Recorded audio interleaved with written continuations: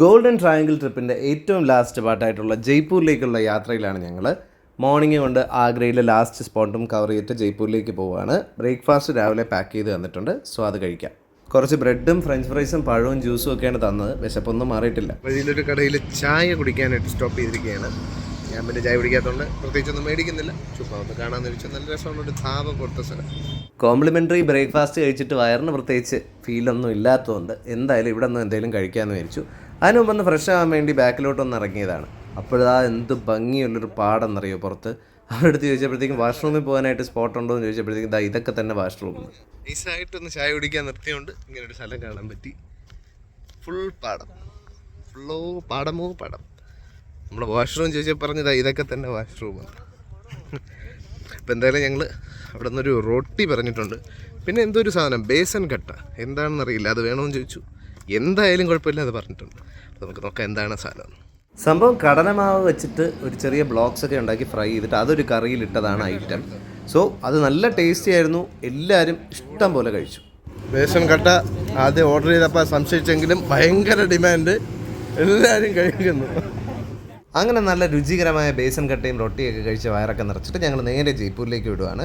ജയ്പൂരിലുള്ള ഒരു ഹവേലിയിലാണ് ഞങ്ങളുടെ സ്റ്റേ. നമ്മൾ ഈ തറവാട് ഇല്ലം എന്നൊക്കെ പറയുന്ന പോലെ അവിടുത്തെ രാജാക്കന്മാരെ പോലുള്ളവർ അല്ലെങ്കിൽ പ്രമാണിമാരൊക്കെ താമസിച്ചിരുന്ന സെറ്റപ്പായിട്ടുള്ള കൊട്ടാരം പോലത്തെ സ്ഥലമാണ് ഈ ഹവേലി എന്ന് പറയുന്നത്. നല്ല ഭംഗിയുള്ള കോർട്ട്യാർഡും കയറി വരുമ്പോൾ തന്നെ നല്ല ഭംഗിയുള്ള പെയിൻറ്റിങ്സും കാര്യങ്ങളൊക്കെ ആയിട്ട് ചെറിയ ആർട്ട് വർക്കൊക്കെ ചെയ്തു വെച്ച നല്ല സുന്ദരമായ റൂമുകളാണ്. വളരെ വൃത്തിയും തണുപ്പും സൂപ്പർ. റൂമിലെത്തിക്കഴിഞ്ഞു. സൂപ്പർ റൂം പറയാതിരിക്കാൻ വയ്യ. മറ്റേ നമ്മുടെ ഈ ബംഗ്ലാവൊക്കെ ഉണ്ടല്ലോ അതുപോലത്തെ ഒരു സ്ഥലത്തെ റൂമാണ്. സ്വിമ്മിംഗ് പൂളും കാര്യങ്ങളൊക്കെ ഉണ്ട്, അത് കാണിച്ചു തരാം. തൽക്കാലം റൂമാണ്. കൊള്ളാം. ഇവിടെ നല്ലൊരു കോർട്ട്യാർഡ് പോലെ അതൊക്കെ ഒരു സ്ഥലമൊക്കെ ഉണ്ട്. നമുക്ക് ഇരിക്കാനും കാര്യങ്ങളും സൂപ്പർ സൂപ്പർ. ഇത് ഞങ്ങൾ കസ്റ്റമൈസ് ചെയ്ത് ചൂസ് ചെയ്തതാണ് കേട്ടോ. കാരണം ഹവേലിയിൽ താമസിക്കുക എന്നുള്ളത് ഒരു ചെറിയൊരു ബക്കറ്റ് ലിസ്റ്റിൽ ഉണ്ടായിരുന്നൊരു മോഹമാണ്. സോ അങ്ങനെ ചൂസ് ചെയ്തതാണ്. നല്ല ഭംഗിയുള്ള പൂളല്ലേ, ഇതാ കണ്ടില്ലേ. ഞങ്ങൾ എന്തായാലും ഫുഡ് കഴിക്കാനായിട്ട് പോയി. അവിടെ തന്നെ റെസ്റ്റോറൻ്റ് ഉണ്ട്. സോ അവിടെ ചെന്ന് ഞങ്ങൾ ഓർഡർ ചെയ്ത് നല്ല ടേസ്റ്റി ആയിട്ടുള്ള ഫുഡാണ് ഓർഡർ ചെയ്തത്. സോ അതിന് മുമ്പ് അവിടെ ഇരുന്ന് ഒരു ഫോട്ടോ ഒക്കെ എടുത്തിട്ടാണ് ഓർഡർ ചെയ്ത്. കിടിലം ഫുഡുമാണ്, അതിനേക്കാൾ ഉപരി നല്ലൊരു ആംബിയൻസുമാണ്. ആ ഒരു ഗോൾഡൻ കളറിലെ ഫാനൊക്കെ കാണുമ്പോൾ തന്നെ നമുക്ക് ഭയങ്കര ഒരു റോയൽ ഫീലാണ് നമുക്ക് ചെയ്യുന്നത്. പിന്നെ നല്ല ഫുഡായിരുന്നു കേട്ടോ. നല്ല ബിരിയാണി, റൈത്ത, റൊട്ടി, ചിക്കൻ കറി, അത് തന്നെ പല വെറൈറ്റിയിലുള്ള സാധനങ്ങൾ ഞങ്ങളെല്ലാം നല്ല ആസ്വദിച്ച് കഴിച്ചിട്ട് ഒന്ന് റിലാക്സ് ചെയ്തു. വൈകുന്നേരം ഞങ്ങൾക്ക് കുറച്ച് സ്പോട്ട് പോകാനുണ്ട്. നമ്മൾ റെഡിയായി. അടുത്തത് നേരെ ഹവാ മഹൽ പിന്നെ സിറ്റി പാലസ്, ഈ രണ്ട് സ്ഥലത്തേക്ക് പോവുകയാണ്. നല്ല അടിപൊളി ഫുഡൊക്കെ കഴിച്ചു. റെഡിയൊക്കെ ആയി, ഫുൾ സെറ്റാണ്. സ്വിമ്മിംഗ് പൂളിലെ കുളിയൊക്കെ കഴിഞ്ഞ് റെഡി ആയിട്ട് ഞങ്ങളെല്ലാവരും നേരെ ഹവാ മഹലിലേക്ക് വിട്ടു. ഈ ലെഫ്റ്റ് സൈഡിൽ കാണുന്നതാണ് ഹവാ മഹൽ. ജയ്പൂർ പിങ്ക് സിറ്റി എന്ന് പറയുന്ന പോലെ ഹവാ മഹലും ഫുള്ള് പിങ്കാണ്. നമ്മൾ ഹവാ മഹൽ എത്തി. അപ്പോൾ ഇതിനകത്തോട്ട് കയറ്റി വിടില്ല എന്നാണ് പറയുന്നത്. കാറ്റ് നല്ലോണം കയറി ഇറങ്ങുന്ന രീതിയിലാണ് ഇതിൻ്റെ ഒരു കൺസ്ട്രക്ഷൻ ചെയ്തിരിക്കുന്നത്. അകത്തോട്ട് കയറാൻ പറ്റുമോ എന്നുള്ളത് ഞങ്ങളിങ്ങനെ അന്വേഷിച്ചുകൊണ്ടിരിക്കുകയാണ്. ജയ്പൂരിനെ എന്തുകൊണ്ടാണ് പിങ്ക് സിറ്റി എന്ന് പറയുന്നതെന്ന് നമുക്ക് ഈ ഒരു ഹവാ മഹലും ഇതിന് ചുറ്റുമുള്ള കെട്ടിടങ്ങളും കണ്ടാൽ തന്നെ മനസ്സിലാവും. ഒരു പിങ്ക് അല്ല, ഒരു ഓറഞ്ച് സ്റ്റോണാണ് എല്ലാ കെട്ടിടങ്ങൾക്കും. പിന്നെ വേറൊരു കോമഡി എന്താണെന്ന് വെച്ച് കഴിഞ്ഞാൽ ഇവിടുത്തെ റോഡുകളും പിങ്കാണ്. കാരണം ആൾക്കാർ ഈ മറ്റേ പാൻപരാഗൊക്കെ ചവച്ച് തുപ്പിയിട്ട് റോഡും പിങ്ക് കളറിൽ തന്നെയാണ്. നമ്മുടെ ഈ ഹവാ മഹലിനകത്ത് 953 പരം വിൻഡോസ് ഉണ്ടെന്നാണ് പറയപ്പെടുന്നത്. മഹൽ എത്തിക്കഴിഞ്ഞു. ആളൊന്നിന് 52 രൂപയാണ് ടിക്കറ്റ് ചാർജ്. എന്തായാലും എടുത്തു, കയറി. എൻട്രൻസ് ആണ്. ഈ ഒരു കെട്ടിടത്തിന് എന്തുകൊണ്ടാണ് ഹവാ മഹൽ എന്ന് പേര് വന്നതെന്ന് നമുക്ക് അതിനകത്ത് കയറുമ്പോൾ തന്നെ മനസ്സിലാവും. നല്ല കാറ്റാണ്. പുറത്തുനിന്ന് കാറ്റ് കയറി ഇറങ്ങി പോകത്തക്ക രീതിയിൽ ഏകദേശം ഞാൻ പറഞ്ഞില്ലേ 953 അടുപ്പിച്ച് വിൻഡോസോട് കൂടി ചെയ്തെടുത്ത 5 നിലയുള്ളൊരു കെട്ടിടമാണ് നമ്മുടെ ഈ ഹവാ മഹൽ. ഇവിടെ നിന്ന് പുറത്തേക്ക് നോക്കുമ്പോഴത്തേക്ക് നല്ല ഭംഗിയുള്ള വ്യൂ ആണ്. ക്യാമറയിൽ എത്രത്തോളം വിസിബിൾ ആണെന്ന് അറിയില്ല. വെളിയിലോട്ട് റോഡിലോട്ടുള്ള ഫുൾ വ്യൂ ആണ് ഈ ഹവാ മഹൽ. ഇന്ന് കഴിഞ്ഞാൽ റോഡ് ഫുള്ള് കാണാം. സൂപ്പറാണ്.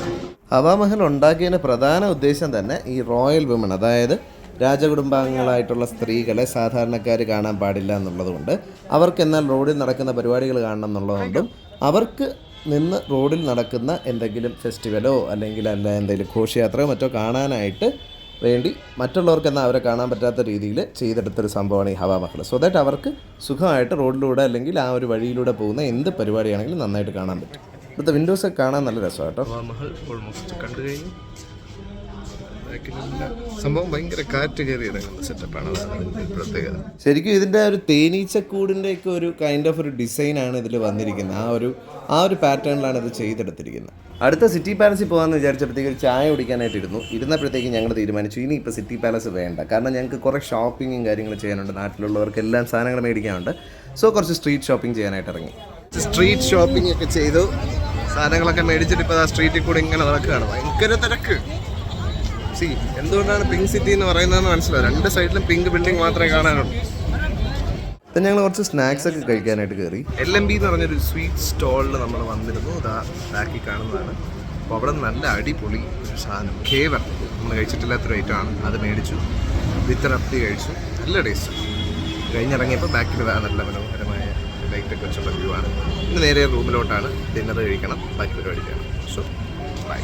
ഹവാമഹലിൻ്റെ ഒരു കാര്യം കൂടെ പറയാൻ പറ്റുപോയി. ഇതൊരു കിരീടത്തിൻ്റെ ഷേപ്പിലാണ് ഉണ്ടാക്കിയിരിക്കുന്നത്. അതായത് കൃഷ്ണൻ്റെ കിരീടത്തിനെ റെപ്രസെൻ്റ് ചെയ്തെന്നൊക്കെയാണ് പറയുന്നത്. ഡിന്നർ കഴിക്കാൻ പിന്നെയും നമ്മുടെ ഹോട്ടലിൽ തന്നെ റെസ്റ്റോറൻറ്റ് വന്നിരിക്കുകയാണ്. കുറേ സാധനങ്ങൾ കണ്ടപ്പോൾ നല്ല ടേസ്റ്റി ആയിട്ടുള്ളൊരു നോൺ വെജ് ഡിന്നർ കഴിച്ചു. അപ്പോൾ ഇന്നത്തെ കറക്കമെല്ലാം കഴിഞ്ഞു. നമ്മൾ റൂമിലെത്തി കുറച്ചൊരു മൊനോപ്പൊളി എല്ലാം കളിച്ചു. സോ ഇനി നല്ലൊരു ഉറക്കം. ബാക്കി നാളെ രാവിലെ കാണാം. നാളെയാണ് ഡേ 5, നമ്മുടെ ട്രിപ്പിൻ്റെ ലാസ്റ്റ് ഡേ ആണ്. നാളെ രാത്രി നമ്മൾ ഫ്ലൈറ്റ് കയറി തിരിച്ച് ട്രിവാൻഡ്രത്തേക്ക് പോകും. So see you tomorrow. Day 5, അതായത് ലാസ്റ്റ് ഡേ ആണ് ട്രിപ്പിൻ്റെ. ഇന്ന് നമ്മൾ നേരെ പോകുന്ന ആംബർ ഫോർട്ട്, പിന്നെ ഓൺ ദ വേ പറ്റുമെങ്കിൽ ജൽമഹാൽ, പിന്നെ എലിഫൻറ്റ് വില്ലേജ്, ഇതൊക്കെ കാണാനാണ് പ്ലാൻ.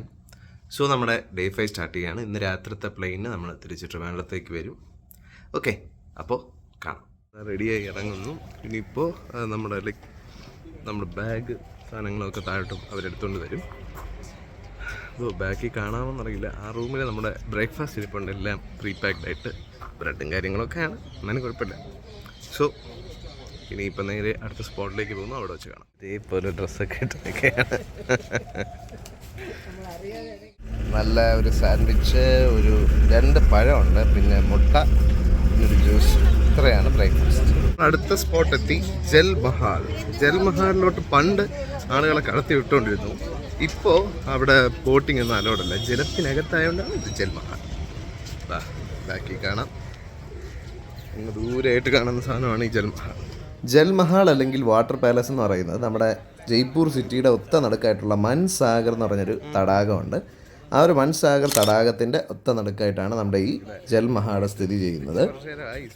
നമ്മൾ ഇന്ന് തന്നെ നേരെ ഒരു ആംബർ ഫോർട്ട് എന്ന് പറഞ്ഞൊരു സ്ഥലത്ത് പോകുന്നുണ്ട്. ആ ആംബർ ഫോർട്ടിലെ രാജാവായിരുന്ന ജയ്സിംഗ്, മഹാരാജ ജയ്സിംഗ് ആണ് ഇതിൻ്റെ കൺസ്ട്രക്ഷൻ ചെയ്തത്. ജൽമഹാൽ കണ്ടു കഴിഞ്ഞു. അവിടെ നിന്ന് അത്ര കാണാനേ ഉള്ളൂ, വേറെ പ്രത്യേകിച്ചൊന്നുമില്ല. പ്രാവുകൾക്ക് ഫുഡൊക്കെ കൊടുക്കാം, കുറച്ച് ഫോട്ടോസൊക്കെ എടുത്തു. ഇനിയിപ്പോൾ നമ്മൾ നേരെ ക്രോസ് ചെയ്ത് വണ്ടിയിലേക്ക് പോവുകയാണ്. നേരെ അമീർ ഫോർട്ട് അല്ലെങ്കിൽ ആംബർ ഫോർട്ട്. അപ്പോൾ അങ്ങോട്ടേക്ക്. യുനെസ്കോയുടെ ഒരു വേൾഡ് ഹെറിറ്റേജ് സൈറ്റാണ് നമ്മുടെ ഈ അമീർ ഫോർട്ട് എന്ന് പറയുന്നത്. മലൈക്കോട്ടെ വാലിബനൊക്കെ ഷൂട്ട് ചെയ്ത സ്ഥലം പോലെ നമുക്ക് ദൂരെ നിന്നേ കാണാൻ പറ്റും. ആ ഒരു സൈഡ് എത്ര ഭംഗിയാണെന്നറിയോ, ഒത്തിരി റോയൽ ഫീലാണ് ദൂരെ നിന്ന് കാണുമ്പോഴേ. ഇപ്പോൾ ഇവിടെ എത്തിക്കഴിഞ്ഞു, മേളിലേക്ക് കയറാനുള്ള പ്ലാനാണ്. ബാക്കി കാണുന്നതാണ് നമ്മുടെ ആംബർ ഫോർട്ട്. ആനയിലും പോവാം, ജീപ്പിലും പോവാം, ഏത് വേണം തീരുമാനിച്ചുകൊണ്ടിരിക്കുക. നോക്കട്ടെ. പിന്നെ ബാർഗെയിൻ ചെയ്തുകൊണ്ടിരിക്കുകയാണ്. അപ്പോൾ ബാക്കിലുള്ള ആനയെ കണ്ടോ, നെയിൽ പോളിഷൊക്കെ ഇട്ട് സുന്ദരല്ല. ഇതിൻ്റെ മുകളിലോട്ട് നമുക്ക് വേണമെങ്കിൽ ആനപ്പുറത്തും പോകാം, അല്ലെങ്കിൽ ജീപ്പിലും പോകാം. അപ്പോൾ ഈ പോകാനുള്ള ആനയാണ് ലിപ്സ്റ്റിക്കും ഈ ഒരു ക്യൂടെക്സും ഒക്കെ ഇട്ട് ക്യൂട്ടായിട്ട് നിർത്തിയിട്ടുള്ളത്. ഞങ്ങൾ ഏതായാലും ജീപ്പുകാരനായിട്ട് ബാർഗെയിൻ ചെയ്തൊരു റേറ്റ് ഉറപ്പിച്ചിട്ടുണ്ട്. സോ ഞങ്ങൾ ജീപ്പിലാണ് പോയത്. ഒരുപാട് ദൂരമൊന്നുമില്ല കേട്ടോ, ശരിക്കും പറഞ്ഞാൽ ജീപ്പിൻ്റെ ഒന്നും ആവശ്യമില്ല. ഇവിടെ എത്തി. ഈ ജീപ്പിൽ 1 മണിക്കൂറേ ഉള്ളൂ എന്നൊക്കെ പറയുന്നു. നോക്കട്ടെ. ബാക്കിലൊക്കെ അടിപൊളിയാണ്. നമ്മുടെ മലൈക്കുട്ടി വാലിബൻ സെറ്റപ്പാണ് ബാക്ക് മുഴുവൻ. നല്ലൊരു ഗൈഡിനെ എടുക്കുന്നത് നന്നായിരിക്കും ഇവിടെയൊക്കെ പോകുന്നുണ്ടെങ്കിൽ. കാരണം ഇതിൻ്റെ പിന്നിലെ കഥകളും കാര്യങ്ങളൊക്കെ അറിയണമെങ്കിൽ അവരുടെ ഒരു പ്രസൻസ് കൂടെ ഉണ്ടാവണം. ഞങ്ങളൊരു ഗൈഡിനെ എടുത്തായിരുന്നു, ബാർഗെയിൻ ചെയ്ത് നല്ലൊരു റേറ്റിനാണ് എടുത്തത്. സോ ഇതാണ് നമ്മുടെ ആംബർ ഫോർട്ടിലോട്ടുള്ള ഒരു മെയിൻ എൻട്രൻസ്. കയറുമ്പോൾ തന്നെ ഒരു മനോഹരമായൊരു കോർട്ട്യാർഡാണ്. രജ്പുത് ഡൈനാസ്റ്റിയിലുള്ള മഹാരാജ മൻസിംഗ് ആണ് നമ്മുടെ ഈ ഒരു ആംബർ ഫോർട്ടിൻ്റെ കൺസ്ട്രക്ഷൻ സ്റ്റാർട്ട് ചെയ്തത്. ആ ഒരു രജ്പുത്രയുടെ ഭരണകാലത്ത് മുഴുവൻ ഈ ഒരു ആംബർ ഫോർട്ടായിരുന്നു അവരുടെ ക്യാപിറ്റലായിട്ട് കണക്കാക്കപ്പെട്ടിരുന്നത്. ശരിക്കും ഈ ആംബർ ഫോർട്ടിൻ്റെ കുറച്ച് ഭാഗം മാത്രമേ നമുക്ക് നടന്ന് കാണാൻ പറ്റൂ കേട്ടോ. ബാക്കി അവർ റോയൽ ഫാമിലി ഇപ്പോഴും അവിടെ ജീവിക്കുന്നുണ്ട്. സോ അത് ക്ലോസ്ഡ് ആണ്. നമുക്ക് കാണാൻ പറ്റുന്ന കുറച്ച് ഏരിയാസ് ഉണ്ട്. സോ അവിടെയൊക്കെ നമുക്ക് കാണാം. പണ്ട് ജോധാബായും അക്ബറും ഒക്കെ ഇവിടെ താമസിച്ചിരുന്നു എന്നാണ് പറയപ്പെടുന്നത്. ജോധാബായിയുടെ സഹോദരൻ്റെ കൊട്ടാരമാണല്ലോ ഇത്. അതുകൊണ്ട് തന്നെ അക്ബറിനും ജോധയ്ക്കും ഇവിടെ റൂമും കാര്യങ്ങളും എല്ലാം ഉണ്ട്.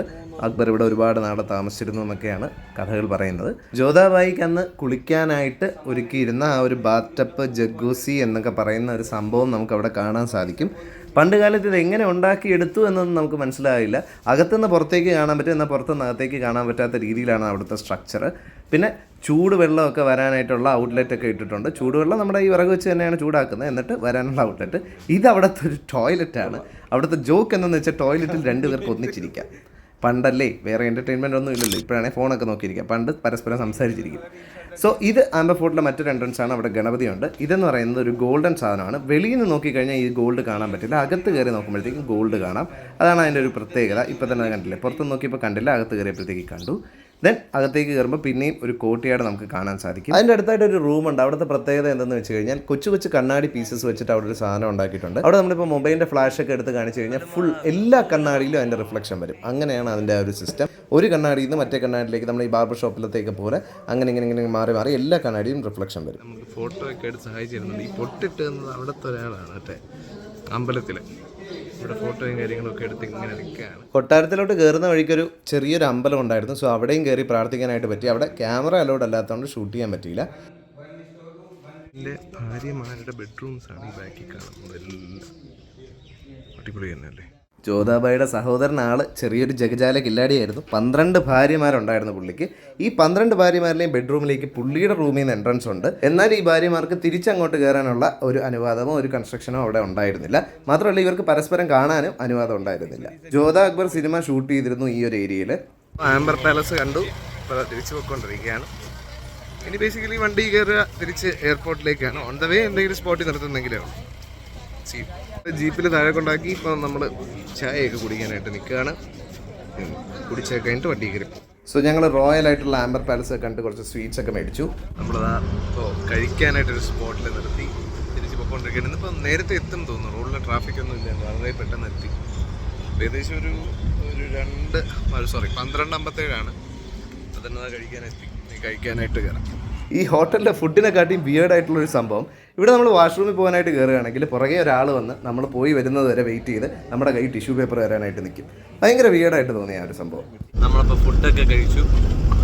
കുഴപ്പമില്ലാത്തൊരു ലഞ്ചായിരുന്നു. ഹോട്ടൽ താര അവിടെ നിന്ന് ഫുഡൊക്കെ കഴിച്ചിട്ട് ഇപ്പോൾ അതാ ഡൽഹി എയർപോർട്ടിലോട്ട് പോയിക്കൊണ്ടിരിക്കുന്നു. ഇനി എവിടെയെങ്കിലും ചായയൊക്കെ കുടിച്ചിട്ട് പോകണം. എല്ലാവരും നല്ല ക്ഷീണത്തിലായി ചായ ഉറങ്ങിക്കൊണ്ടിരിക്കുകയാണ്. അപ്പോൾ അതുകൊണ്ട് ഇവിടെ ഒരു ഓൾഡ് റാവ് ഹോട്ടൽ എന്ന് പറഞ്ഞൊരു ഏരിയയിൽ നിർത്തി. ഇവിടെ അത്യാവശ്യം സാധനങ്ങളൊക്കെ ഉണ്ട്. ഇതേപോലെ കുറേ മാള് സെറ്റപ്പ് പോലെ കുറേ കളിക്കാനുള്ള പരിപാടികളും ഒക്കെ ഉണ്ട്. ചുമ്മാ നോക്കി കുറച്ച് നേരം അവിടെ സ്പെൻഡ് ചെയ്ത് ചായയും സ്നാക്സും ഒക്കെ കഴിച്ചിട്ടാണ് ഞങ്ങൾ അവിടെ നിന്ന് ഇറങ്ങിയത്. നമ്മളങ്ങനെ ഡൽഹി എയർപോർട്ടിൽ എത്തിയിരിക്കുകയാണ്. നമ്മുടെ യാത്ര ഇവിടെ അവസാനിക്കാൻ തുടങ്ങുന്നു. ഫസ്റ്റ് പടിയായിട്ട് നമ്മളിപ്പോൾ വണ്ടിയിൽ എല്ലാ സാധനങ്ങളൊക്കെ ഇട്ട് ഇറങ്ങാൻ പോവാണ്. െത്തി ഇനിയിപ്പോൾ കുറച്ച് സമയത്തിനകത്ത് പ്ലെയിൻ വരും. കയറി പോകാനായിട്ടിരിക്കുകയാണ്. അതിനുമ്പോൾ ഇപ്പോൾ ചെക്കിനൊക്കെ ചെയ്യാൻ പോവാണ്. സോ യാത്ര ഒന്ന് ഫൈൻഡപ്പ് ചെയ്യാറായി. കാണാം. ചെക്കിനിപ്പോൾ ഓപ്പൺ ആക്കിയിട്ടുണ്ട്. അപ്പോൾ നമ്മൾ ചെക്കിൻ ചെയ്യാൻ വേണ്ടി പോവുകയാണ്. കുറച്ച് സമയത്തിനുള്ളിൽ ബാക്ക് ടു ട്രിവാൻഡ്രം. യാത്ര അവസാനിക്കാറായപ്പോഴത്തേക്ക് എല്ലാവർക്കും സങ്കടമൊക്കെ ആയി തുടങ്ങി. കാരണം ആ ഒരു 5 ദിവസം ഒന്നിച്ച് അടിപൊളിയായിട്ട് ഓരോ മൊമെൻറ്റും എൻജോയ് ചെയ്താണ് ഞങ്ങൾ അവിടെ ഇരുന്നത്. സോ എന്തായാലും പ്ലെയിനിൽ നിന്ന് ഡിന്നറൊക്കെ കഴിച്ച് മനസ്സിൽ ചെറിയൊരു വിഷമത്തോടു കൂടി തന്നെ എല്ലാവരും ആ ഒരു യാത്ര കംപ്ലീറ്റ് ചെയ്യാനായിട്ട് കാത്തിരുന്നു. ട്രിവാൻഡ്രം എത്താറായപ്പോഴത്തേക്കും രാത്രിയായി. സോ ലാൻഡ് ചെയ്തപ്പോൾ നല്ല മനോഹരമായ കാഴ്ചകളൊക്കെ കാണാൻ സാധിച്ചു. ദെൻ ഞങ്ങളെല്ലാവരും പ്ലെയിനിൽ നിന്ന് ഇറങ്ങി നല്ലൊരു ട്രിപ്പ് കംപ്ലീറ്റ് ചെയ്തതിൻ്റെ ഒരു ആശ്വാസത്തോടെ ബൈ പറഞ്ഞു. എല്ലാം പ്രീപെയ്ഡ് ടാക്സി പിടിച്ച് പോയി നമ്മൾ ഓട്ടോയ്ക്ക് വേണ്ടി വെയിറ്റ് ചെയ്യുക. ഫാമിലിയുടെ ഇടയിലുള്ള ഒരു ബോണ്ടിങ് ഒക്കെ കൂട്ടാനായിട്ട് ഇടയ്ക്കൊക്കെ ഇത്തരം ട്രിപ്പൊക്കെ പോകുന്നത് നല്ലതാണ്. അങ്ങനെ ഞങ്ങൾ ഓടി വീട്ടിലെത്തി. യാത്രകൾ ഒരിക്കലും അവസാനിക്കുന്നില്ല. പക്ഷേ ഇന്നത്തെ ഈ യാത്രയ്ക്ക്, ഇത്തവണത്തെ ഈ യാത്രയ്ക്ക് അർത്ഥവിരാമം ഇട്ടുകൊണ്ട് വീഡിയോ തൽക്കാലത്തേക്ക് നിർത്തുന്നു. ഈ വീഡിയോ ഇഷ്ടമായെങ്കിൽ ലൈക്ക് ചെയ്യുക, ഷെയർ ചെയ്യുക, ചാനൽ സബ്സ്ക്രൈബ് ചെയ്യുക. Thank you. ബൈ.